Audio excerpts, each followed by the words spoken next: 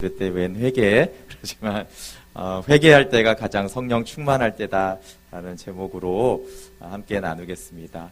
한 해를 보내고 새해를 맞는데 회개가 가장 중요하다라는 생각이 들었습니다.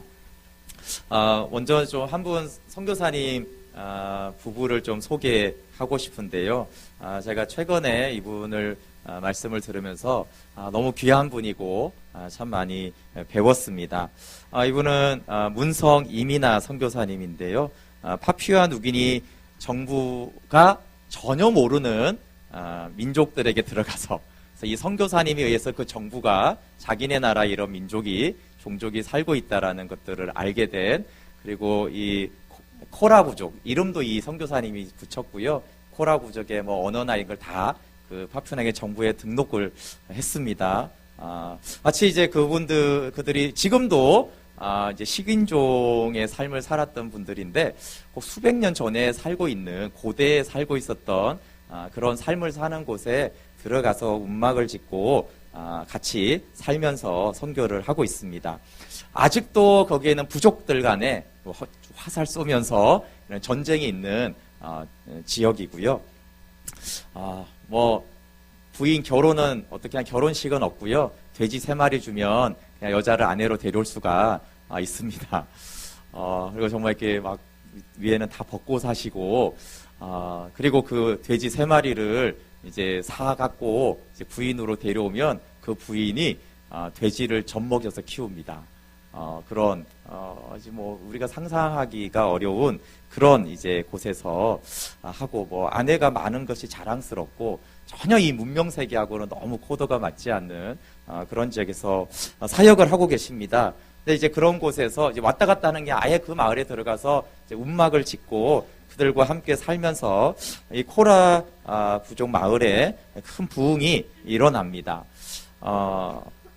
이 선교사님이 이제 헌신한 한 예를 말씀드리면, 그 부족들은요, 이렇게 인사가 너무 이상하대요. 이렇게 다리부터 이렇게 만져서 약간 좀 이상한데 만지고 이런 인사가 있어서 몸을 이렇게 더듬고 만지고, 예, 그런데요. 근데 만약에 한국 사람이 단기 선교 갔는데 그 남자가 막 인사한다고 여자 몸을 만지고 안 돼서 그걸 막 교육을 시켜가지고 절대 못 만지면 안 된다고. 하여튼 그런 뭐 여러 가지가 너무 달라서 이제 이분이 새로운 인사법을 가르쳐 주는 게, 한국 사람이잖아요. 이렇게 호깅하는 걸 알려준 거예요. 반가울 때는 이렇게 앉는 거다. 이렇게 이제 그래서 들어가셔서 이런 인사법을 가르쳐 준 거죠.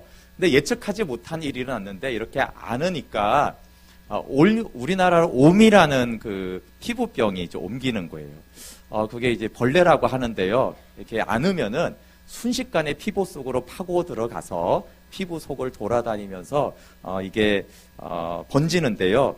엄청나게 간지럽다고 합니다. 욕만큼은 아니지만 손가락으로 안 돼서 기구로 가지고 긁어야 될 정도로 엄청나게 간지럽고, 이게 심해서 죽는 사람도 있다고 그래요. 그래서 이 고통이 엄청난데, 이게 이제 치료 방법이 없어서 치료하려면 이제 락스에다가 일주일 동안 매일 이렇게 락스로 이렇게 목욕을 하면은 이제 피부가 꼬들꼬들해지면서, 그러면 이게 한 일주일 정도 지나면은 낫는다고 그래요. 근데 이 고통이 얼마나 심하냐면, 선교사님 자기 두 팔이 잘려져서 팔이 없어서 좀 안 안아서 이게 옴이 안 옮았으면 좋겠다라고 할 정도로, 팔이 차라리 없으면 좋겠다라고 할 정도로 그렇게 고통스러운 거예요. 그런데 안 안으면 안 옮거든요, 잘. 이제 어쩔 수 없이 옮 것도 있지만 피부 접촉이 없어서 잘 안 옮는데, 근데 이분이 이제 결정한 것은 다시 안아주는 거예요. 사랑함으로. 그래서 다시 안아서 20년 내내 거의 옴이 옮아서 그 간지러움의 고통을 그냥 삶으로 받아들이는, 이것이 뭐 그분의 헌신한 한 예인데, 안 안으면 되는데, 그래도 내가 인사법 알려주고 그 인사 안 할 수 없다. 그래서 계속 그 부족민들을 안아주고 받아주고, 그렇게 지금까지 사역을 20년 이상을 해오고 있습니다. 근데 이 코라 부족인들이 그 아직도 그 사람 고기를 먹은 분들이 그 살아있는 그런 곳인데, 이들의 믿음이 들어보면 굉장히 놀랍습니다. 정말 우리의 믿음 진짜 부끄러울 정도로 이 현지인들의 그 믿음이 놀라워요.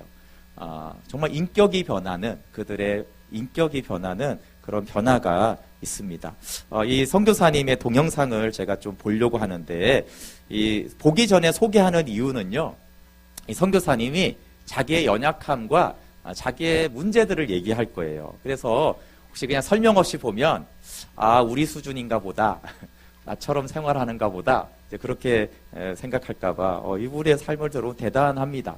그리고 정말 놀라운 영적인 열매도 많이 있습니다. 굉장히 예수님을 잘 아는 분이고, 생명으로 살고 생명으로 섬기고, 그런 생명의 역사가 많이 일어났어요.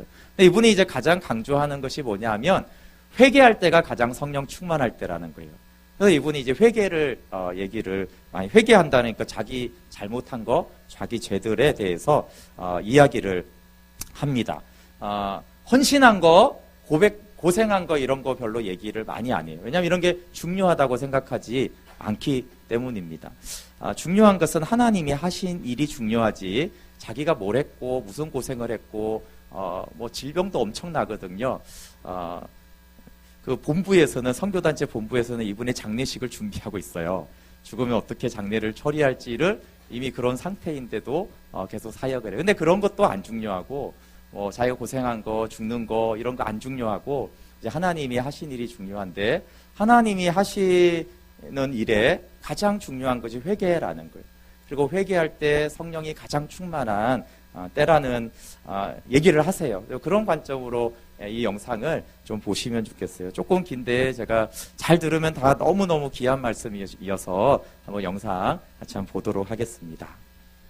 남태평양에 자리 잡은 섬나라 파푸아 뉴기니. 앞에도 꺼주세요. 이곳 고산지대에 살고 있는 피해 부족 코라. 구원하기 위해 흘려야 할 피가 필요하다니.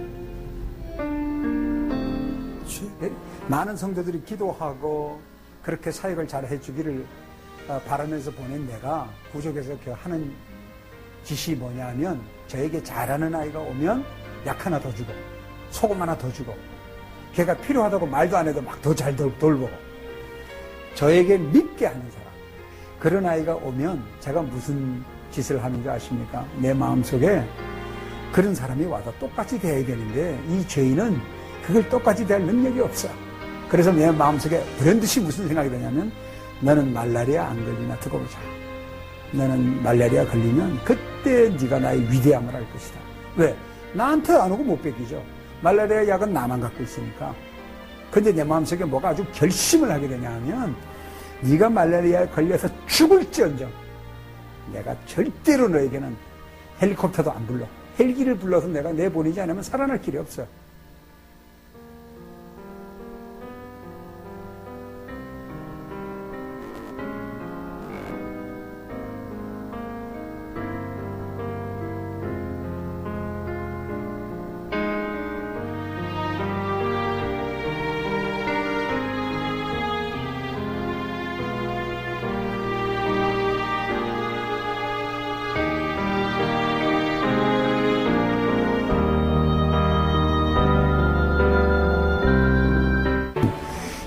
내가 이때까지 너에게 하나님이 하나님 되신다는 것을 끊임없이 가르쳐 왔는데, 왜 너는 네가 자꾸 하려고 하느냐? 너의 몸, 너의 지식과 너의 경험과 너의 노력으로 왜 하려고 하느냐? 내가 너에게 원하는 것은 제사가 아니요 순종이라는 말씀을 잊었느냐? 하는 것을 그날저녁에 알게 하신 거야. 말로는 하나님의 일을 한다고 말하면서 이것을 내 방법으로 하려는 거야. 내 주위에 내 아는 사람, 그리고 돈 좀 있을 법한 사람, 규모가 좀 있는 교회에 그런 것 더 관심을 갖게 되고, 그런 것이 하나님 앞에서 얼마만큼 잘못하고 있다는 사실을 그때 다 알게 하셨던 거예요. 그래서 하나님 앞에 회개했어요. 아버지 하나님 용서해 주시옵소서. 내가 무엇을 할 수 있습니까?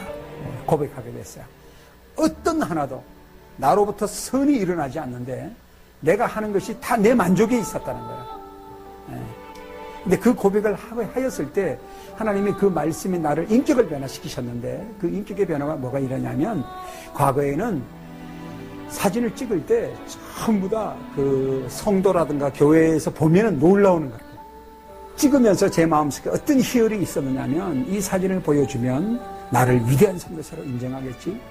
이 사진을 보여주면 나를 아주 어리없고 고생하는 사람들이 알겠지. 이 사진을 보여주면 내 선교 보고에 막 눈물 흘리며 헌금을 쏟아내겠지 하는 마음으로 가득 차서 찍었어요. 근데 그날 이후에 내가 그들의 부끄러움이 나의 부끄러움이 되게 하시고 그들의 공포와 그들의 슬픔이 부족 형제의 슬픔이 내 슬픔이라는 사실을 알게 해주셨어. 과거에 내가 하나님 앞에 통회자복하지 않았을 때 부족 아이들은 나에게 먹을 것만 달라고 그랬어요. 소금을 달라, 먹을 것만 달라고 하던 그들이 내가 온전히 하나님 앞에 통회자복을 하고 난 다음에 그들이 영적으로 두려운 것을 나에게 나오기 시작하는 거예요. 남녀 간의 문제, 동성연애의 문제, 그리고 남자 집에서 하는 행위가 무엇인지 그런 문제들, 악령 느부색에 관한 얘기, 마살라에 관한 얘기, 무당에 관한 얘기를 하기 시작하는 거예요. 그래서 그들의 영적인 상황을 정확하게 알 수가 있어서 그들에게 복음을 전하는 놀라운 창구가 된 거예요. 그 이후에 그들과 함께 저는 바로 한 가족이 되었어요. 저의 그런 온전한 변화로 인해서 부족 형제들하고 패밀리가 되게 하시고 그들과 함께 서로를 사랑하고 한 형제처럼 그들은 목숨을 내걸고 저를 지키려고 합니다. 얼마만큼 저희를 사랑하느냐면 제가 정글 속에 지금도 32개 그 시족들을 계속 서베이를 하고 다니는데 한 번은 갔는데 산사태가 이렇게 나서 산사태 나는 길을 이렇게 지나가야 되는 거예요. 그럼 건너간다 그러면 흙이 주룩주룩 쏟아지는 거예요. 자갈이. 떨어지면 뭐 20m 낭떠러지에 떨어져서 그 강이 있는데 떨어져 죽는데 건너가다가 이민아 선교사가 온몸에 공포심이 걸려서 딱 붙었어요. 매미처럼. 그래서 이민아 선교사를 붙어 있는데 위에 먼저 올라갔던 제자의 부인이 아내가 뭐라고 소리를 질러요. 그랬더니 이 제자가 나는 못 들었는데 뭐 알았다고 하는 것 같아. 그 나중에 이제 구해내고 난 다음에 물어봤어요. 뭐라고 너희들 주고받았느냐. 그랬더니 아내가 그랬다는 거야. 선교사님이 떨어지면 당신이 먼저 떨어져. 그러니까 떨어져서 바위에 네가 먼저 죽고 쿠션처럼 받으라는 거지. 그랬더니 이 제자가 뭐라고 말을 하냐면 아니 나도 그러려고 그래. 사실은 난 제가 이렇게 사랑받는구나 고맙구나 이런 것보다도 하나님 앞에 서서 사랑받을 수 있는 사람인가를 점검해 봤어요. 저는 제가 그 벌거벗은 실제로 벌거벗은 사람들 나무 껍질을 벗겨서 두들겨서 치마를 그걸 다 이제 쭉쭉 찢어서 엮어서 치마를 해서 입거든요. 위는 다 벗고 이런 사람들 앞에 서서 저는 제 교양과 문화와 지식과 제 인품으로 저들에게 무엇인가 나눠줄 수 있고 복음을 아는 자가 복음을 전할 수 있다라는 생각을 하고 들어갔었는데 그날 그 이후로 참 많은 묵상을 하게 되었어요. 그러면서 저들은 벌거벗은 앞에 저는 더 많은 교만으로 겹겹이 옷을 입고 서 있는 제 모습을 발견하게 됐어요.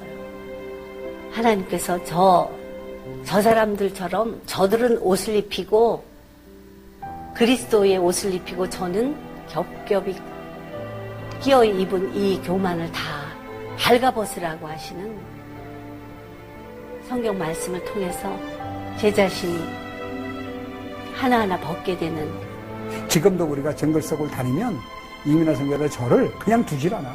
손에 하나도 들지 못하게 해요.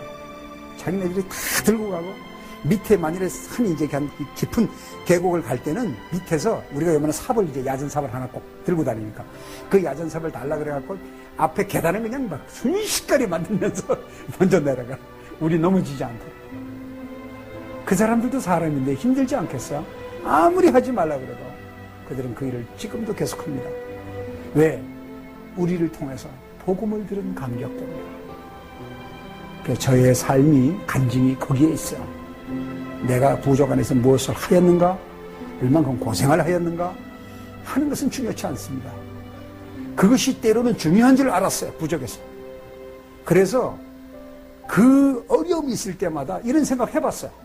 무슨 생각을 하냐면 인풋이 없고 아웃풋만 있다 보니까 내가 너무 힘들구나. 그런데 하나님은 그들하고 살아가면서 그것이 잘못되었다는 걸 알게 되었어요. 바로 인풋은 하나님의 말씀이고 내가 하나님의 말씀을 묵상하고 읽고 기도하는 그 메디테이션 하는 것이 저희에서는 폭발적인 생수예요. 주님이 얘기하신 것처럼. 그 말씀에 사로잡혀서 사는 삶 속에 고갈되었다는 말은 맞는 얘기 아니에요. 그건 세상의 속임수야. 네, 여기까지 보겠습니다.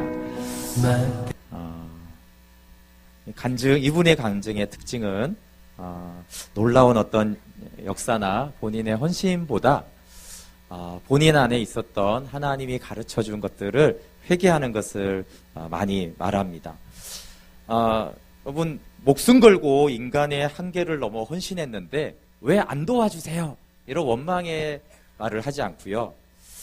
엄청나게 고생하고 대가 지불을 하고 하나님 용서해 주십시오. 내가 무엇을 할 수 있겠습니까? 저에게는 선이 일어나질 않습니다. 저의 모든 헌신과 사역이 내 만족을 위한 것이었습니다. 나는 회개를 합니다. 그리고 회개한 다음에 변화가 일어나는데 선교사님 자신이 변했다고 하고요.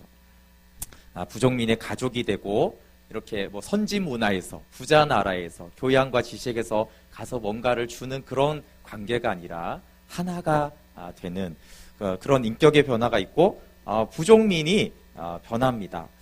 물질만 달라고 했던 이들이 영적인 이야기를 하면서 복음을 깊이 있게 받아들이게 되었습니다. 근데 제가 질문하고 싶은 것은요. 여러분 지금 이 영상에서 본 이 선교사님이 회개한 것들이 회개할 일입니까? 회개할 타임인가요? 여러분 생각으로 어떤 사람을 미워하고 차별한 것이 회개할 일입니까? 아니면 당연한 일입니까? 이 부족민들이 보통 미운 짓을 하는 게 아니에요. 이 선교사님을 죽인다고 협박도 하고요. 죽이기는 어려우니까 매일 죽어라고 저주를 하거든요. 기도를. 저주 기도를 죽어라고. 그리고 너 죽인다고 이렇게 협박을 하는 거예요. 근데 왜 그러면 그렇게 협박하고 저주하냐 하면요. 모든 사람이 이렇게 왔잖아요. 소금 하나씩 다 하나씩 똑같이 준 거예요. 자기 하나 더 안 줬다고. 그게 협박하는 이유입니다. 이분이 뭘 잘못한 게 없어요. 근데 공평하게 줘야 되거든요. 선교지에서. 그렇기 때문에 그 원칙에 의해서 그냥 똑같이 안 줘도 되는데 소금 준 거 하나 더 안 줬다고 그렇게 저주하고 미워하는 거예요. 못 살게 굴고. 그런 사람 생각으로 말한 것도 아니고요. 행위로 차별한 게 아니라 그냥 생각으로 너 어디 말라리 한번 걸려봐라. 이렇게 생각하는 게 이게 회개할 일입니까? 이분은 그걸 생각만 했지 말하거나 행동을 전혀 하지 않았어요. 사진 찍은 거 얘기하죠. 사진 찍을 때, 이 사진 찍어서 선교 보고를 하면은, 좋겠다. 인정도 받고, 후원 많이 받아서 더 많은 복음을 전하고, 더 많은 죽어가는, 실제로 많은 약이 없어서 많이 죽거든요. 죽어가는 사람들, 많이 돕기도 하고. 그럼 근데 이게 회개할 일입니까? 예, 저는 선교사는 아니지만 단기 선교를 많이 다녀봤습니다. 단기 선교 가서 사진 찍을 때 어떤 사진 찍는지 아십니까? 예, 감동되는 사진 찍습니다. 그래서 저는 항상 그걸 보여줬어요. 이렇게 했다고. 이런 변화가 있었다고. 그리고 가난한 집 중에 제일 가난한 집을 찍어서 보여줍니다. 아픈 애들 중에 제일 아픈 애를 찍어줘요. 근데 저는 그렇게 하고 제가 한 번도 그거를 회개한 적이 없어요. 당연하지. 이렇게 감동받아서 성도들이 기도하고 선교 후원하면 좋지. 이렇게 생각을 했어요. 그럼 각종 NGO나 기독교 구호단체들이 그럼 기독교 TV 틀어보면 뭐 나옵니까? 애들 막 뼈다귀만 있고 막 거의 죽어가는 애들 계속 내보내잖아요. 감동적인 사진, 비참한 사진, 가슴 찡한 그런 영상들을 내보냅니다. 그리고 사람들이 훌륭한 일을 한다는 말도 할 것이고 그걸 표면화시키지는 않지만 그러니까 홍보해서 더 많은 후원을 받아서 더 많은 사람들을 살리면은 좋지 않습니까? 정상 아닙니까? 그리고 더 중요한 거는요, 이 선교사님은 그걸 실제로 보여준 적도 없어요, 외부에. 자기가 찍고 자기 컴퓨터에만 그냥 가졌을 뿐이에요. 그런데 그게 내가 무슨 짓을 했던 사람인지, 내가 얼마나 이걸 이용해서 뭔가를 하려고 했던 죄인이라는 것들을 회개를 합니다. 여러분, 선교사가 돈 많은 집사님, 장로님 더 주목하고 큰 교회에 좀 더 관심을 가지고 뭔가 후원해 줄 것 같은 사람에게 좀 더 관심을 가지고 인사 메일 한 번을 보내도 더 먼저 보내는 것이 그게 회개할 일입니까? 여기 선교사님도 와 계세요. 여러분 선교사 하면 여러분 어떻게 하실 것 같아요? 그렇게 했을 때 그게 회개할 거라고 회개를 했을까요? 네, 너무 당연한 것 같은데 너무 당연한 거 아닙니까? 그리고 이 원주민이 정말 이 완전히 그런 원주민이 예수님을 믿고 제자가 되어서 아까 이 선교사님에게 목숨을 내걸고 하잖아요, 그렇죠? 남들이 떨어지면 먼저 떨어져서 남편 죽고 쿠션으로 받아서 그래도 선교사님을 생명이라도 살리라고 하는 그런 얘기를 할 때, 여러분 이런 얘기를 할 때는요 보통 자랑거리로 얘기합니다. 성령의 역사든 자기가 뭘 했도 어쨌든 이거는 여러분 할렐루야 이렇게 하면서 이렇게 간증하고 나눌 일이지, 이게 회개할 일입니까? 이때 회개할 일입니까? 적어도 거기에서도 야 보람 있다, 진짜 내가 20년 동안 이렇게 사역했더니 저런 제자가 나왔어. 그게 하나님의 제자든 나를 사랑하는 거든 어쨌든 감사한 거잖아요. 그리고 이런 것들은 선교 보고할 때 여러분 이런 일이 일어났습니다. 이렇게 도전하고 여러분 그렇게 사십니까? 이렇게 할 수도 있는 것이고, 이런 열매가 있습니까? 라고 할 수 있는 그런 대목이에요. 그런데 그때 이 선교사님 생각하기를 저들은 벌거벗어서 그리스도로만 옷 입으면 되는데 나는 교양과 문화와 지식과 종교로 이 교만으로 얼마나 옷을 칭칭 싸서 입는 것인가. 하나님 나를 벌거벗으라고, 이 무화과나무 다 벗어라고 하는 메시지로 회개하기 시작하는 거예요. 여러분, 우리는 어떤 회개를 하는 사람입니까? 회개가 무엇일까요? 물론 우리가 일반적으로 생각하는 회개가 맞습니다. 도덕적인 문제, 또 우리 양심에 꺼리끼는 그런 것들을 회개하는 것이 회개가 맞습니다. 로마서 1장 28절부터 32절에는 이 부분에 대한 죄와 회개를 분명히 중요하게 다루고 있습니다. 또한 그들이 마음에 하나님 두기를 싫어하며 하나님께서 그들을 그 상실한 마음대로 내버려 두사 합당하지 못한 일을 하게 하셨으니, 이제부터 나오죠. 곧 모든 불의, 추악, 탐욕, 악의가 가득한 자, 시기, 살인, 분쟁, 사기, 악독히 가득한 자, 수근수근하는 자, 비방하는 자, 하나님께서 미워하시는 자요, 능욕하는 자요, 교만한 자요, 자랑하는 자요, 악을 도모하는 자요, 부모를 거역하는 자요, 우매한 자요, 배약하는 자요, 무정한 자요, 무자비한 자라. 이런 일들은 사형에 해당한다고 하는 것을 알고도 자기들만 행할 뿐 아니라 그런 걸 행하는 사람은 옳다라고 했습니다.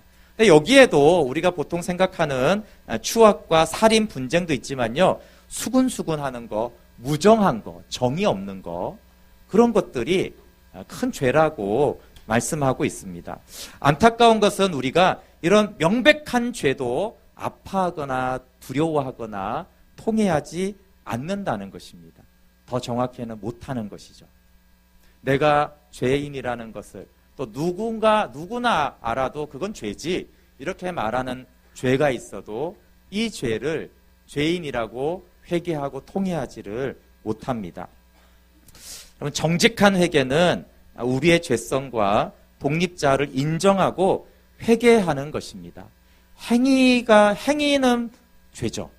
그러나 행위가 드러나지 않는다 할지라도 그것을 생각하는 것만으로도 이미 하나님 앞에서는 죄로 분명하게 드러난 것입니다. 그래서 그 생각하는 내가 나지 행동하는 내가 아닙니다.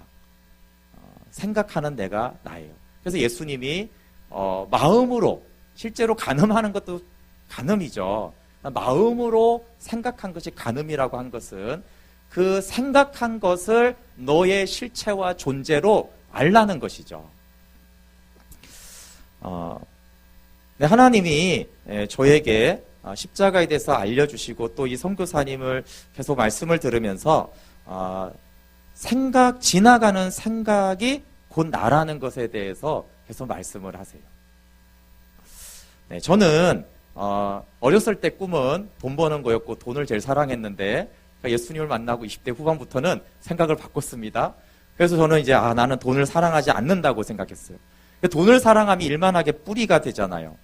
왜냐하면 제가 하나님께 헌신한 이후로 돈을 따라서 사역지나 사역을 선택한 적이 없습니다. 어떨 때는 돈을 버리고 어떨 때는 더 가난하게 살았고 돈에 대한 믿음으로 살았다고 생각했기 때문입니다. 근데 이제 작년이죠. 2017년에 저희 교회 재정이 좀 어려웠습니다. 예. 하나님이 제가 굉장히 돈을 사랑한다는 것을 알려주셨어요. 예, 사건을 말하면 좀 시험 드실 것 같고. 근데 여러분, 제가 그걸 말하거나 행동하지 않았다는 것입니다. 예, 저는 재정에 대해서 한 번도 돈을 사랑하는 것처럼 말하거나 행동하고 결정한 적은 없어요. 근데 제 마음 안에 계속 제가 굉장히 돈을 사랑하고 연연해하고 있다는 것들을 생각하는 것들을 보여주셨어요.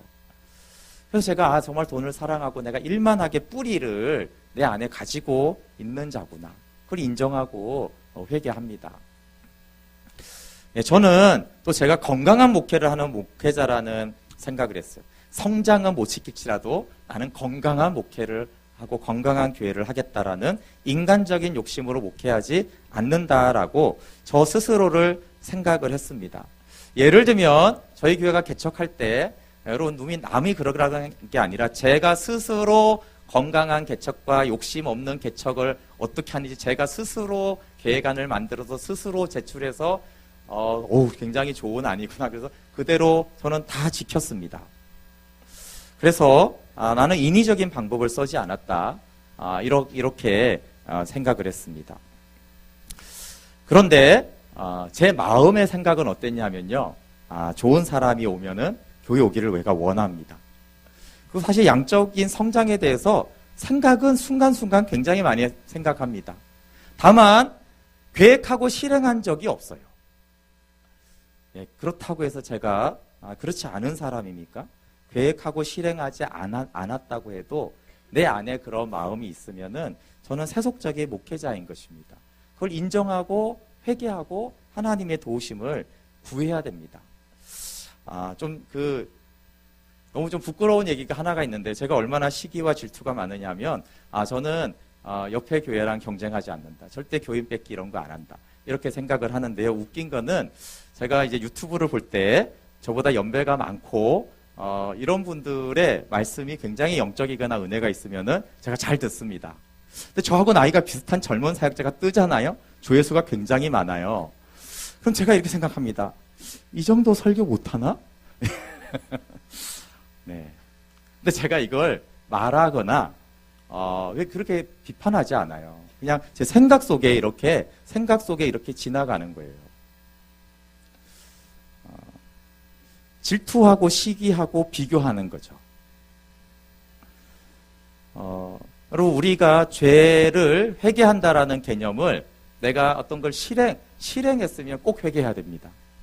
근데 정말 많이 속는 것은 행동하지 않았다라고 해서 나를 마치 그렇지 않은 사람인 것처럼 착각하는 것이 큰 문제입니다. 여러분 어떤 죄를 회개하십니까? 죄를 지은 것을 회개합니까? 아니면 안 지어도 계속 마음에 오랫동안 품고 있는 이거 죄이기 때문에 그거를 회개합니까?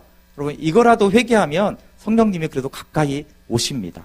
그러나 대부분 이런 것도 중심으로 회개하지 않습니다. 그냥 말로는 하죠.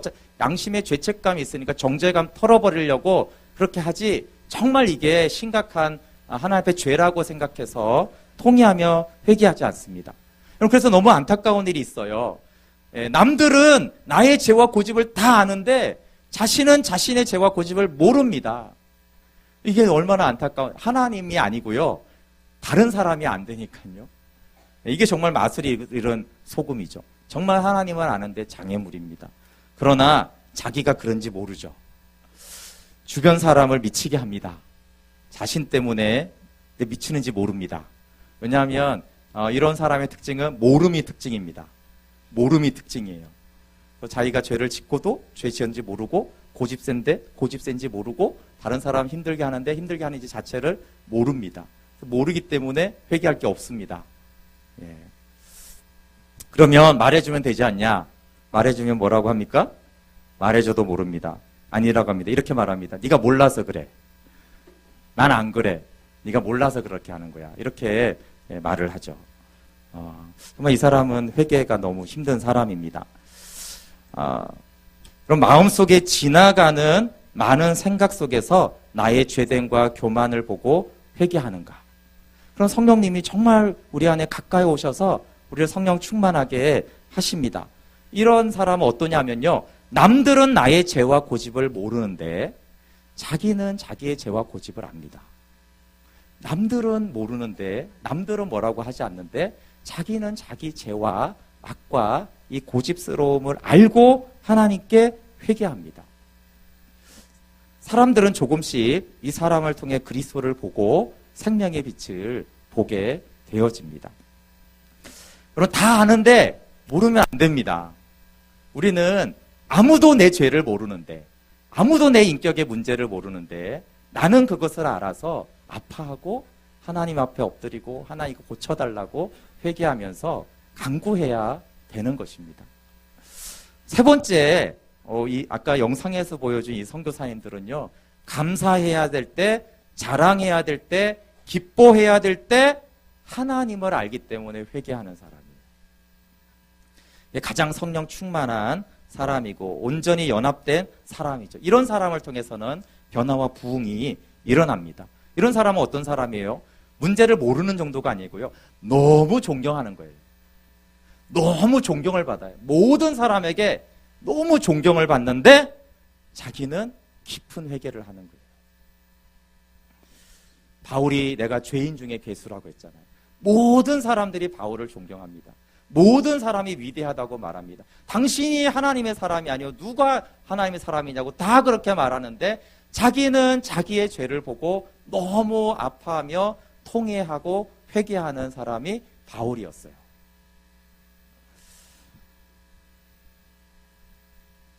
그리고 회개할 때가 가장 성령 충만할 때입니다. 이 문성 선교사님을 소개할 때 교회들에서 이렇게 가끔 소개를 한다고 그래요.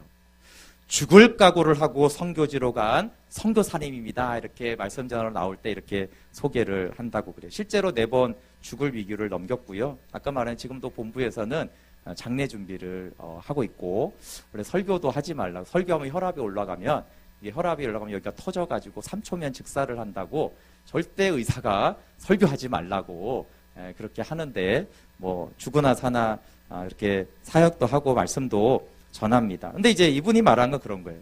여러분 죽을 각오로는 아무것도 할 수 없습니다. 죽을 각오로는 하나님께 아무것도 쓸모가 없습니다. 중요한 것은 회개할 때 가장 성령 충만하고 회개할 때 하나님이 일하십니다.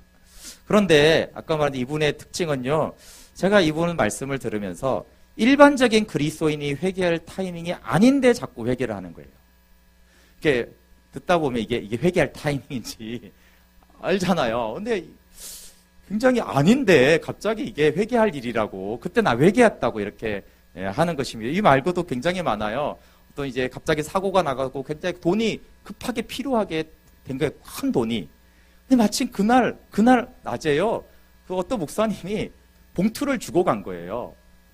그래서 이제 전화를 해서 이러이러한 일인데 혹시 이것들을 이 사고 처리에 써도 되냐고 하니까 그 목사님이 그 기쁘게 당연히 그렇게 하시라죠 하고 나서 그때서야 봉투를 열어서 액수를 세본 거예요. 근데 그 필요한 재정과 끝자리까지 정확히 숫자가 맞는 거예요. 재정 숫자가. 보통 이럴 때 어떻게 하죠? 할렐루야 주님이 하셨습니다. 여러분 이런 간증하고 막 그런 거 아니에요? 근데 이분이 갑자기 돈 봉투를 휙 던지고요. 무릎 꿇고 막 회개를 합니다. 특이하죠?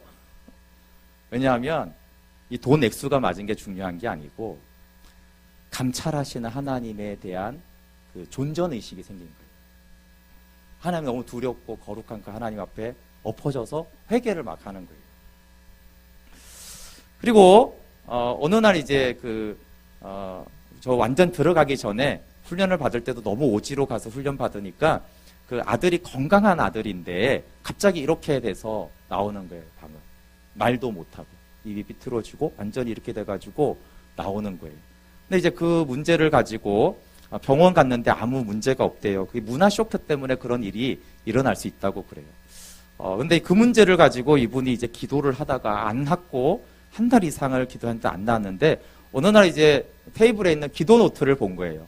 근데 거기 보니까 기도응답 된 것도 있고 기도응답이 안 된 것도 있어요. 그러면서 이렇게 생각했어요. 아, 기도응답 된 거 하나님 너무 감사하다. 근데 기도응답이 안 된 기도 제목을 볼 때 자기가 좀 기분이 안 좋아지더래요. 그러면서 이렇게 말했대요. 아, 주님, 기도응답 안 되어도 감사합니다. 그리 아니하실지라도 또 주님 감사하고 하나님 언젠가 들어주실 것을 믿습니다. 이렇게 자기가 말을 해놓고 갑자기 던지고 막 회개하는 거예요. 왜 회개했을까요? 자기가 기도응답 되면 하나님 좋은 분, 안 되면 마음속에서 안 좋은 분, 이렇게 하나님을 너무나 하찮게 여기는 하나님 주권자 하나님인데 그렇게 하나님을 말하는, 또 다니엘의 세 친구가 그리 아니하실지로 하는 고백은 생명 내놓고 생명 앞에서 한 고백인데 자기가 기도 안 된 응답 된 걸 가지고 그리 아니하실지로도 이렇게 인용하고 있는 이 악한 죄에 대해서 하나님의 주권의 역사가 보이면서 갑자기 엄청나게 회개를 하는 거예요. 그리고 이제 그 다음날 그 아들이 나아요.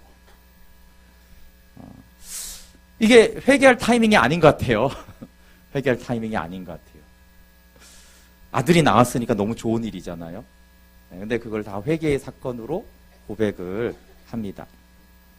제가 이제 지난주에 부흥 캠프를 다녀왔는데 거기 고영원 선교사님이 오셨습니다. 부흥 자작곡 하신 분이세요. 이분이 이제 마지막에 이렇게 기도하자고 하면서 이렇게 멘트 하나를 알렸는데 그게 굉장히 제 마음에 좀 충격처럼 다가왔어요. 이분이 어떤 말을 하냐면요. 여러분은 어떻게 생각할지 모르지만 저는 나이가 들어간다는 것은 죄를 더 쌓아가는 것 같습니다. 우리는 죄를 이길 힘이 없습니다. 그래서 오직 주님만이 우리의 소망이 되십니다. 정말 주님밖에 없습니다. 그런데요, 제가 이게 여러분 나이가 들어간다는 것은 죄를 더 쌓아가는 것입니다. 인생을 이렇게 보는 거죠. 그렇구나. 내가 사는 날이 많으면 많을수록 더 많은 죄가 쌓이는구나.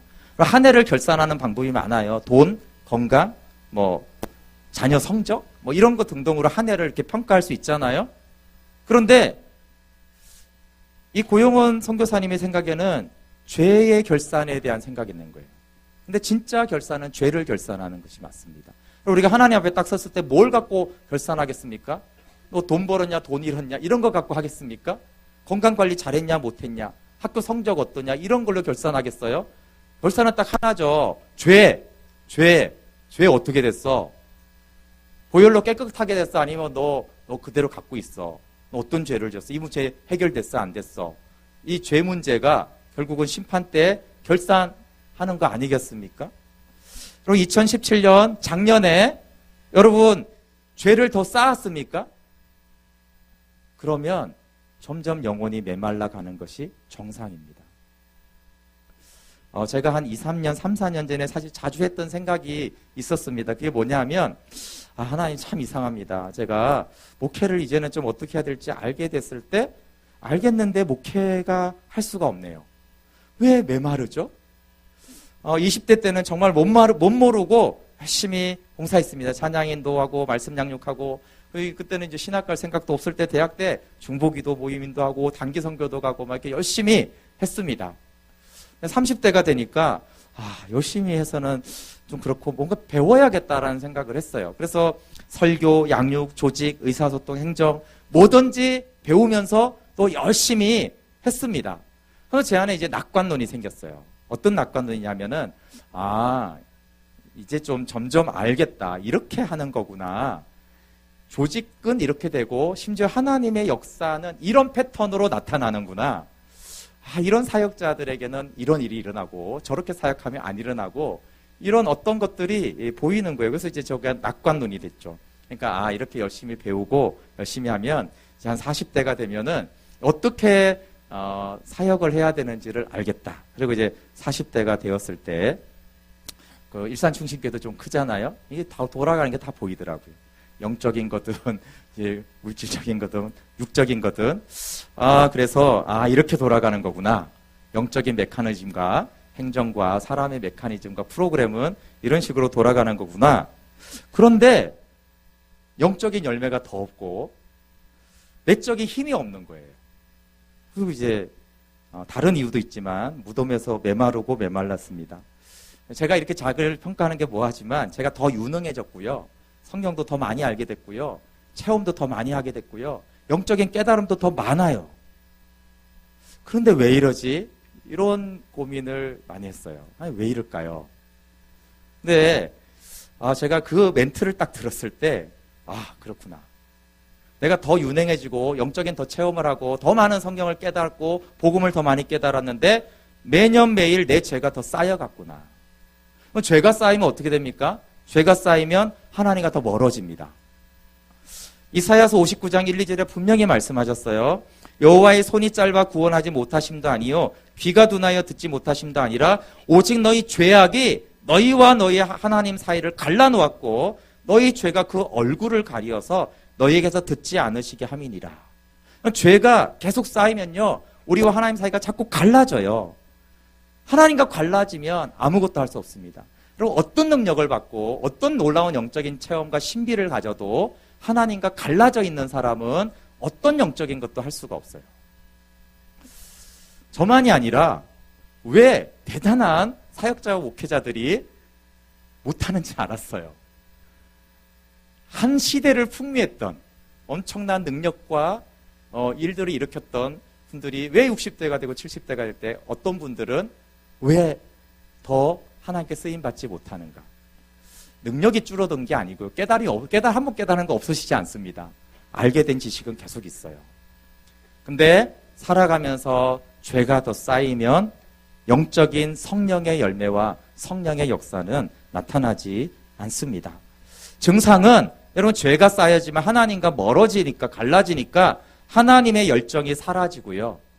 인간적인 능력은 계속 있지만 영적인 능력이 없어지고 하나님과의 깊은 친밀함이 사라집니다. 멀어지고 있잖아요. 멀어지니까 이런 증상은 당연하게 나타납니다. 그리고 인간적으로도요. 옆에 사람들이 고난당해도 아프지 않습니다. 지옥 가도 안타깝지가 않고 무감각해지기 시작합니다.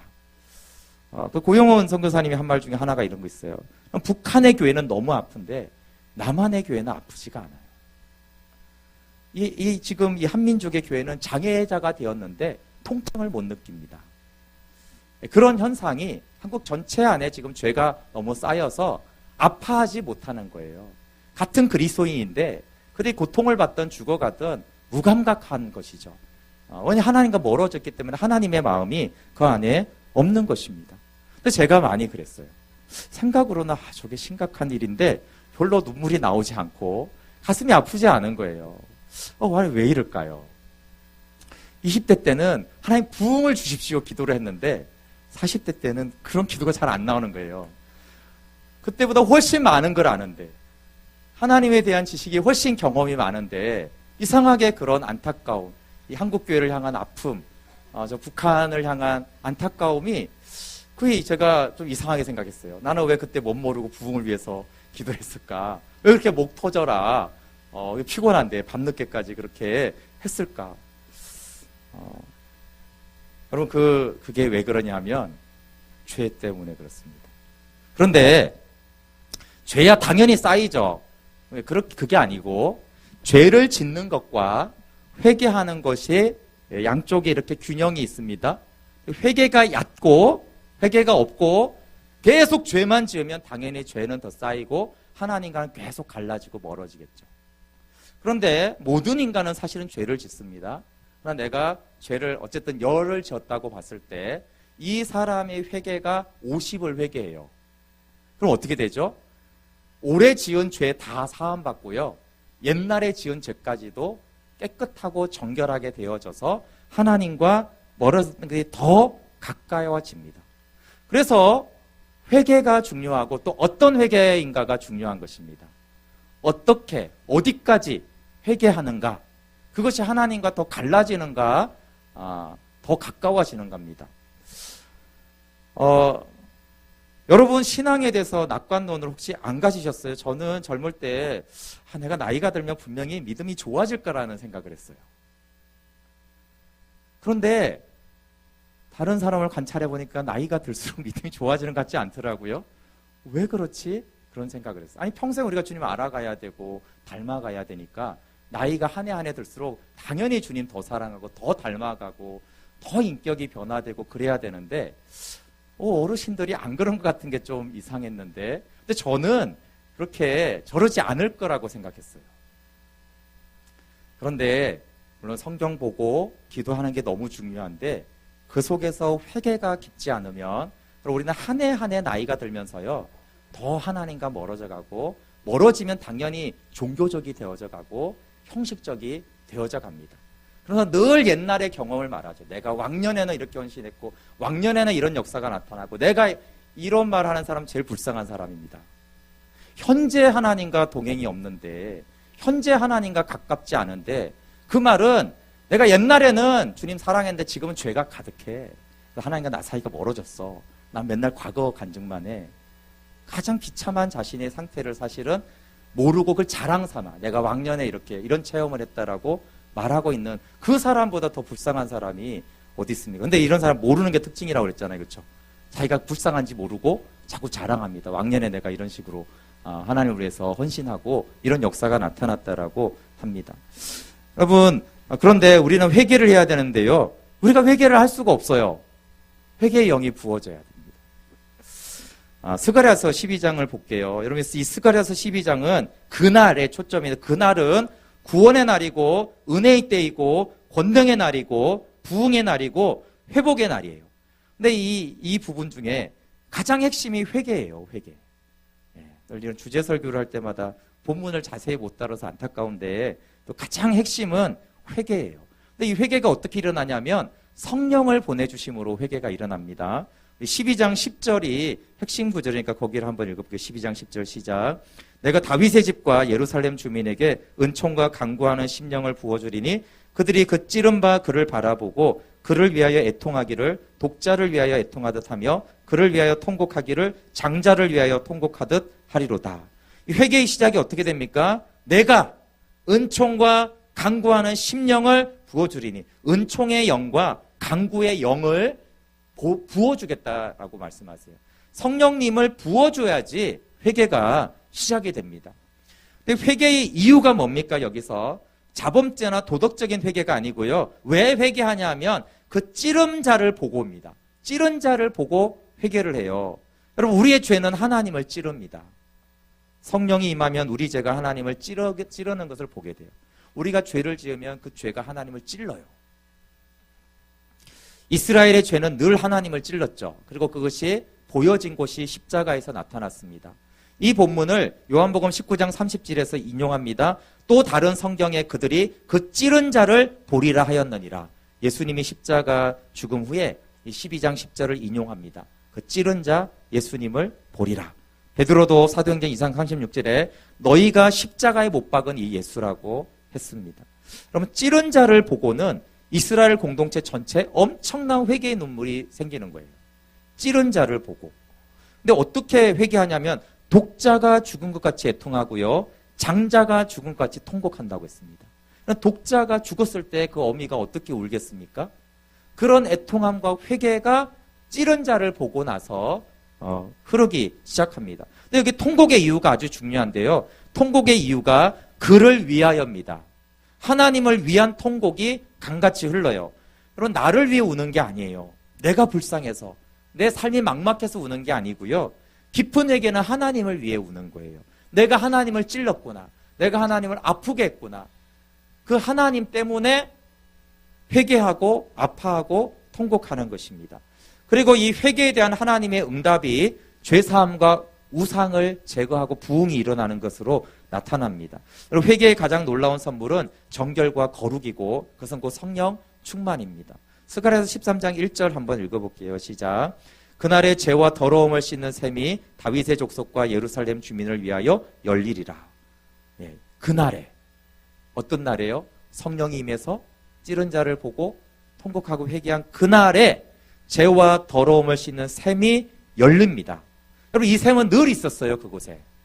그러나 닫혀 있었어요. 그런데 회개가 일어나자 그 셈이 열어지고 폭포수처럼 이 셈이 쏟아 나오면서 모든 죄와 더러움을 다 씻어냈어요. 그날만이 아니라, 그 해만이 아니라 내 평생 살아왔던 그 모든 죄악들이 이 셈이 열리면서 다 씻겨지는 거죠. 씻겨지면 어떻게 됩니까? 하나님과 우리를 갈라놓았던 것이 없어지니까 주님이 가장 가까이 오셔서 성령께서 충만하게 우리 가운데 임재하십니다. 그리고 또 한 가지를 말합니다. 2절 같이 읽어볼게요. 시작. 만군의 여호와가 말하노라. 그날에 내가 우상의 이름을 이 땅에서 끊어서 기억도 되지 못하게 할 것이며 거짓 선지자와 더러운 귀신을 이 땅에서 떠나게 할 것이라. 여러분, 하나님이 우상을 파괴해 주신대요. 거짓 복음이 떠나고 귀신들이 떠나간다라고 말씀하고 계세요. 여러분, 귀신이 떠난다는 것은 영적인 변화가 일어날 것이고 죄 사함 이후에 영적인 변화가 일어날 것이고요. 우상이 파괴되는 것은 인격과 삶의 변화를 말합니다. 그러니까 이 회개 이후에 죄가 정결해지고 성령님이 오셔서 모든 우상들이 떠나가고 우리 가운데 영적인 새로운 충만이 일어나면서 우리의 삶과 인격이 변화될 것이고 3장 이후에는 그런 삶의 변화와 부흥이 어떻게 일어나는지에 대해서 하나님이 말씀하고 있습니다. 여러분, 회개할 때가 가장 성령 충만할 때입니다. 하나님을 경험하고 성령님이 오시는 건 사실 다양하게 우리가 경험할 수 있어요.